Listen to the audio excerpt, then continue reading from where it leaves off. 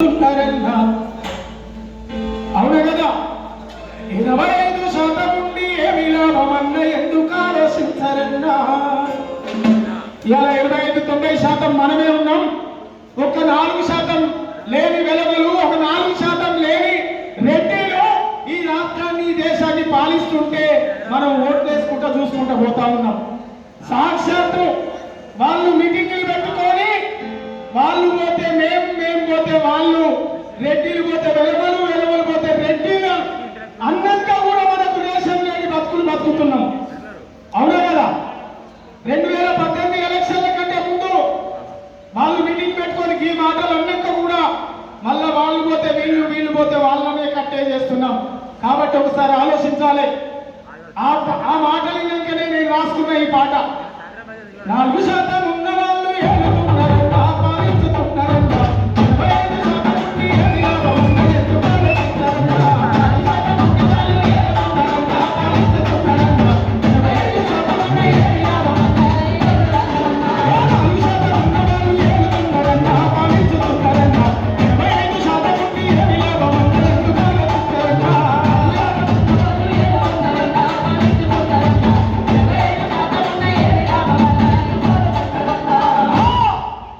ఏ ఊరుకెళ్ళినా రెడ్డి వలమ కమ్మక పునాలు గంటెనాలు విల్లు కూడా ఉన్నాయన్నా.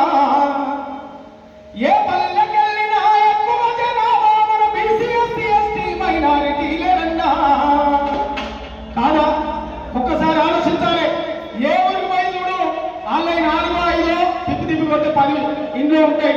కానీ 90% మన బీసీ ఎస్టీ మైనారిటీలే ఉంటాం. ఏ ఊరుకెళ్ళినా రెడ్డి వలమ కమ్మక పునాలు గంటెనాలు విల్లు కూడా ఉన్నాయన్నా. ఏ పల్లెకెళ్ళినా ఎక్కువ జనాభా మన బీసీ ఎస్టీ మైనారిటీలేనన్నా. అధిక శాతం ఉన్న మనం మణిగి ఉంటునేది, ఎక్కువ అంటూ వారు ఎగిరెగిరి దూకునేది. ఎక్కువ వాళ్ళు ఎక్కువ మనమేమో తక్కువ వాళ్ళమాట. వాళ్ళేమో 4 ఇళ్ళు లేనోళ్ళేమో వాళ్ళ సంపన్నులంట, మనమేమో 90% ఉన్న బడుగు బలహీన వర్గాలన్నమాట. ఎక్కడి న్యాయం? అధిక శాతం ఉన్న మనం మణిగి ఉంటునేది, ఎక్కువ అంటూ వాడు ఎగిరెగిరి దూకునేది. ఏకమై ముందుకెళ్తే ఎదురేది, ఉన్న వరకు కుదిరేది అమ్మ. ఎక్కువ మనలోనే తక్కువగా లేడు, అసలు నుంచి ఒక్కలేదా? ఏలుతున్నారంట, పాలించుతున్నారంట. 25% ఉండి ఏమి లాభమన్న ఎందుకు ఆలోచించరంట? 4% ఉన్న వాళ్ళు ఏలుతున్నారంట, పాలించుతున్నారంట. 25% ఉండి ఏమి లాభమన్న ఎందుకు ఆలోచించరంట?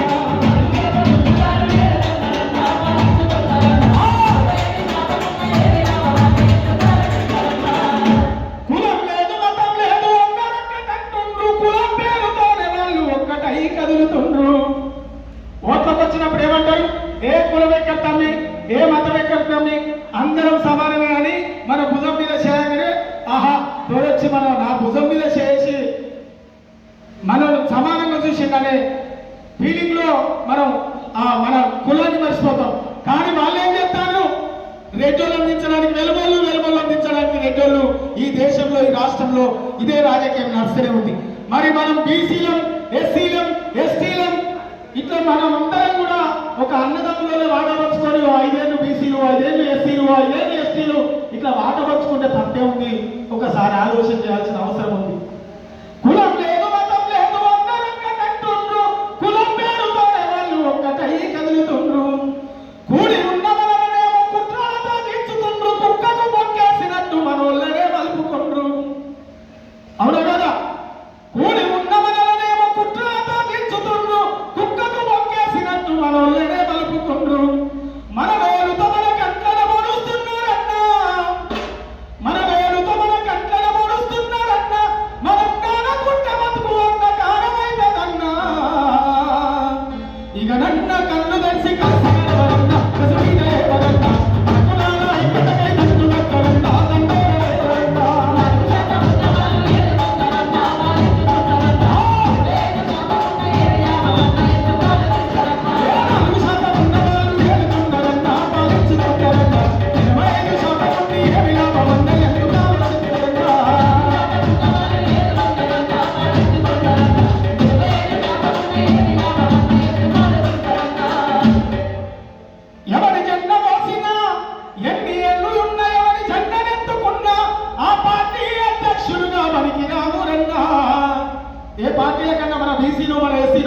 ఎంపీనో అధ్యక్షుడిని చేస్తారా? ఏ పార్టీ వాడన్నా మన బీసీనో మన ఎస్సీనో మన ఎస్టీలో ముఖ్యమంత్రి చేస్తారా, ప్రధానమంత్రి చేస్తారా? ఒకసారి ఆలోచించాలి. ఎన్ని ఏళ్ళు ఉన్న ఎవరి జెండనెత్తుకున్నా ఆ పార్టీ అధ్యక్షులుగా మనకి రామురన్నా, ఏళ్ళకేళ్ళు కలిసిన ఎంపీ ఎమ్మెల్యేలైనా ఏనాటికైనా అది అద్దె కొంపలన్నా. వాడి టికెట్ ఇద్దరు పోటీ చేయాలి, వాడి టికెట్ ఇవ్వకపోతే ఇంకా మోసుకొని పడాలి. ఇదే కదా, అవునా కదా? ఒకసారి ఆలోచన చేయాలి. ఏళ్ళకేళ్ళు కలిసిన ఎంపీ ఎమ్మెల్యేలైనా ఏనాటికైనా అది అద్దె కొంపలన్నా. మన ఓట్లను మనల్లకే వేసుకుందామన్నా, మానీయుల ఆశయాలు సాధించుదామన్నా.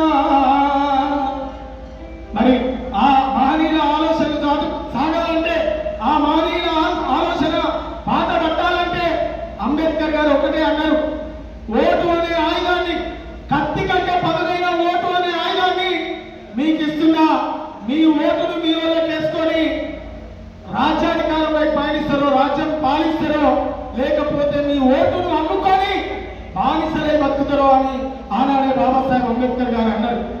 అందుకనే సోమనల్ల బాలరాసిండు, ఓటంటే తెల్ల కాగితం కాదురా, ఓటంటే కంప్యూటర్ బటన్ కాదురా.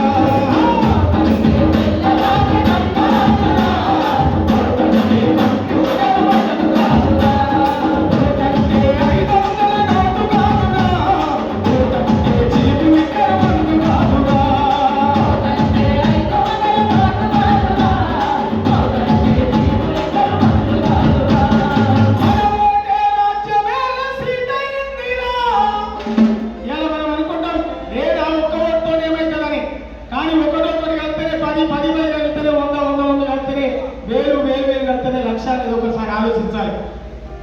మన